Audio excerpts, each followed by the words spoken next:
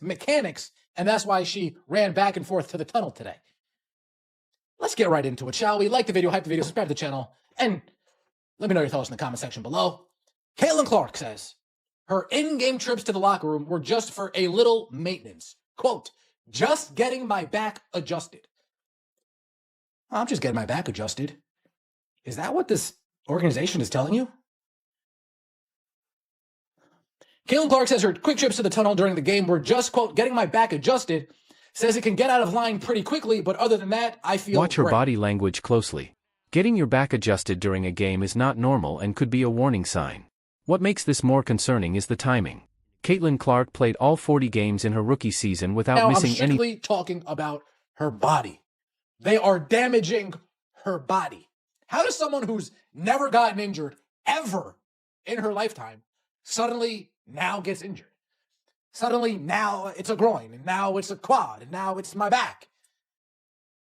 Caitlin Clark got beat up, abused, pushed around, thrown on the floor her entire rookie season, and she didn't miss a game. Yet Stephanie White comes in. What changed was the coaching staff, the training and conditioning program, and the effort to change mechanics that were working perfectly well before. Same exact spot? No. Why? Because your bodies are different. When you guys are squatting, do your feet go in the same exact spot? No. Why? Because you're different. Are they similar? Probably, potentially. But are they the same exact form? The same exact? No. Why? Because you're different. You're not the same. I used to work out with a friend. When we go bench, his shoulder would drop a little bit. But like mechanically, his shoulder just drops doing that motion.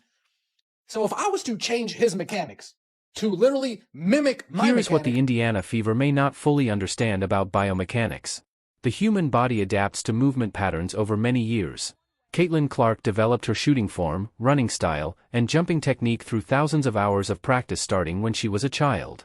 These movements became deeply built into her muscle memory, joint positioning, and connective tissues.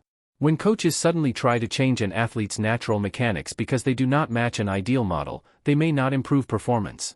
Instead, they can place new stress on muscles and joints that are not used to those positions and loads. Clark's body successfully handled the intense demands of college basketball at University of Iowa, where she played heavy minutes and carried most of the offensive responsibility. She then completed a tough WNBA rookie season in which defenders played her very physically almost every night. Her established mechanics allowed her to handle all of that without serious breakdowns. Now, after 6 months under head coach Stephanie White and a new training program, she is dealing with several physical issues. Some observers see this as more than a coincidence and believe the changes in training and movement patterns may be contributing to the problem. Maintaining the body. This is going to be an ongoing thing, you know, and just, I have never seen anybody get their back adjusted mid-game that wasn't injured, that wasn't hurt. Let's take a listen. Part of maintaining the body. I mean, you know, as she has adjusted her body and focused on, I mean, look, I think when we're all really young, we don't learn proper mechanics, and then it doesn't get exposed until something happens. And trying to get her body mechanically the way that it needs to go. This is going to be an ongoing thing. You know, not just her. Get her body mechanically where it needs to be. Are you guys all amateurs over here? Is this amateur hour Indiana Fever? Now listen carefully to how Stephanie White describes the situation. She talks about fixing mechanics that, in her words, do not get exposed until something happens. But according to this viewpoint, nothing had happened to Caitlin Clark. There was no major injury that revealed a flaw in her movement, and there was no breakdown during her rookie season that suggested her mechanics were a problem.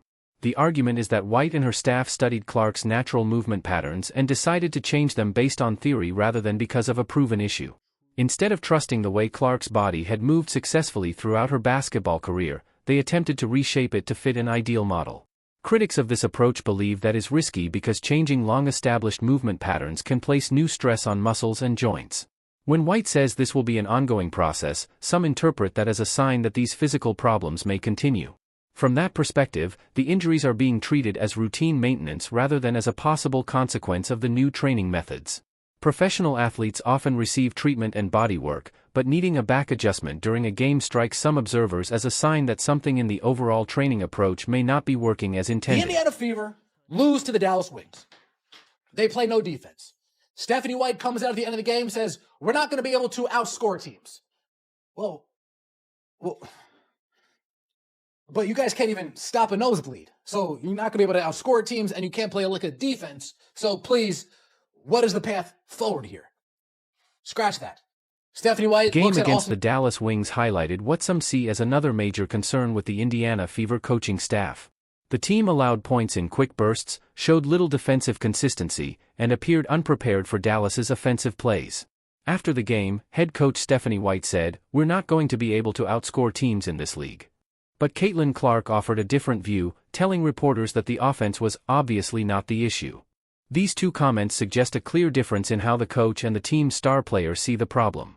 Clark appeared to believe the defense needed the most improvement, while White emphasized that relying on offense alone would not be enough. Critics argue that this kind of disconnect can create confusion about what the team should focus on. Some observers also pointed to timeout huddles where White seemed to look to assistant coach Austin Kelly for input during key moments. While collaboration among coaches is normal, some fans interpret this as a sign that White may be leaning heavily on her staff for strategic decisions. Watch Caitlin Clark's reaction after the game.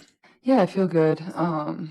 Started off a little slow, I think. Just the anxiety of the first game, trying to work through that. And but overall, I felt good. Felt fast out there. Felt like I was literally a couple buckets away from putting together a really, really good game and helping us win. But our offense is obviously not the issue. We're perfectly fine on offense, and there's still so many things we can do better on that end of the floor. But I mean, you got to give Dallas credit; they're really good. They shot the ball incredibly well. Really, the only quarter we put together was the third. I guess in the fourth we were fouling. So, but figured it out a little bit there in the third. We just got to be able to do that a little more consistently. But it was a great test. It was a great game. Our locker room was positive afterwards. The most concerning thing some critics see in Stephanie White's leadership is not just the training approach or the team's defensive struggles, but the culture being built inside the Indiana Fever locker room. After a lopsided loss to the Dallas Wings, in which Indiana repeatedly allowed open shots and struggled to execute defensively, Caitlin Clark said that the locker room remained positive and that there was still a lot to be proud of. Some observers strongly disagree with that outlook, arguing that performances like this should leave a team frustrated and determined to improve rather than searching for positives. In their view, championship-caliber teams respond to disappointing losses with urgency and accountability.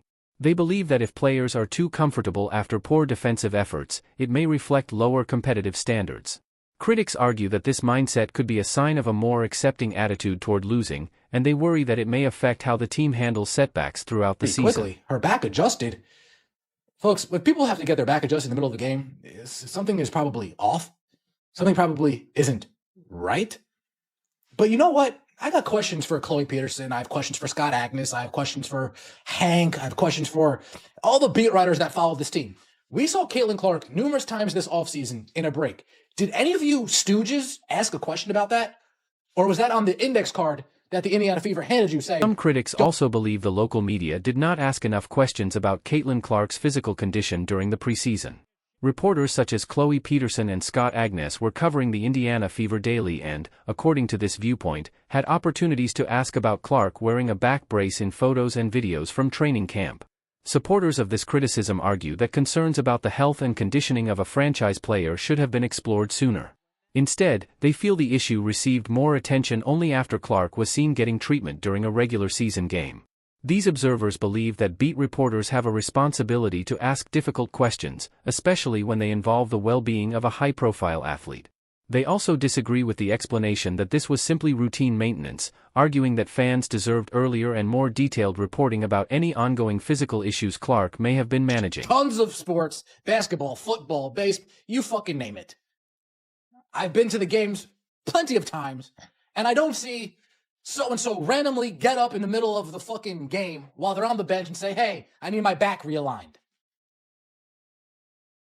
So nothing really outside of that. This is amateur hour, Indiana Fever. It's amateur hour. It's absolutely amateur hour. Here's Stephanie White in the huddle. What frustrates many Indiana Fever fans is the belief that Caitlin Clark herself was never the problem. Her body and her mechanics had already proven they could succeed at the highest level. She completed one of the most impressive rookie seasons in WNBA history while enduring constant physical contact and still remained highly productive. Critics argue that instead of building around what was already working, the organization brought in head coach Stephanie White and introduced new training methods that attempted to reshape Clark's long-established movement patterns. In their view, the groin issues, quad problems, and back discomfort that have surfaced are not random but may be connected to those changes. They believe White's comments that this will be an ongoing issue suggest the team sees these physical problems as part of the process rather than as a warning sign. These observers also point to broader concerns, including inconsistent defense, questions about coaching leadership, a locker room that remains upbeat after disappointing losses, and media members who they feel did not investigate Clark's health concerns early enough. Taken together, they worry that the organization is making avoidable mistakes with one of the league's most important young stars. From this perspective, the central question is whether the Fever will reconsider their approach before these issues have a larger impact